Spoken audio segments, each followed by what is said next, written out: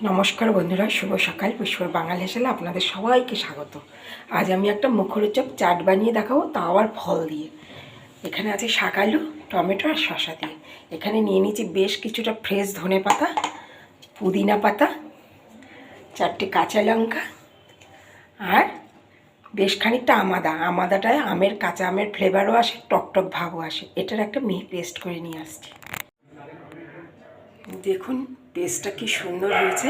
এবার এর উপরে দিয়ে দেবো সামান্য পরিমাণে চিনি, খুব সামান্য। দিয়ে দেবো পরিমাণ মতন লবণ, এমনি লবণ দিলাম এটা।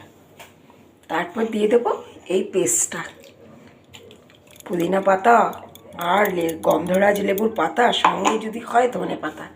দিয়ে দিলাম গন্ধরাজ লেবুর পাতা। এখানে রয়েছে পাতিলেবু, লেবুর রসটাও দিয়ে দেবো। কী যে চটপটা হবে বন্ধুরা, আপনারা ভাবতে পারছেন না। একবার অন্তত বাড়িতে বানিয়ে খেয়ে দেখবেন।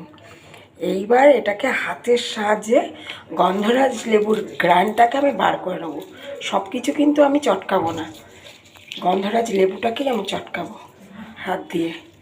এইভাবে আপনারা একবার মিশিয়ে খেয়ে দেখেন এই চাটটা, কী যে টেস্টের, একবার না খেলে বুঝতে পারবেন না।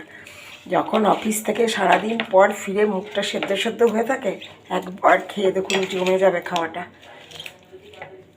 এইবার দিয়ে দেবো বেশ খানিকটা পরিমাণে বিট লবণ ওপর থেকে।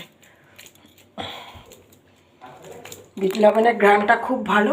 আর দেবো সামান্য পরিমাণে চাট মশলা। চাট মশলাটা দিলে না আরও চটপটা হয়ে যায়।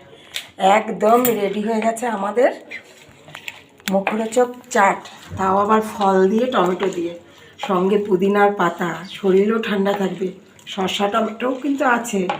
ভালো থাকবেন, সুস্থ থাকবেন, আর এইভাবে বানিয়ে খাবেন চটপটা চাট। ফিরে আসছি পরের ভিডিওতে।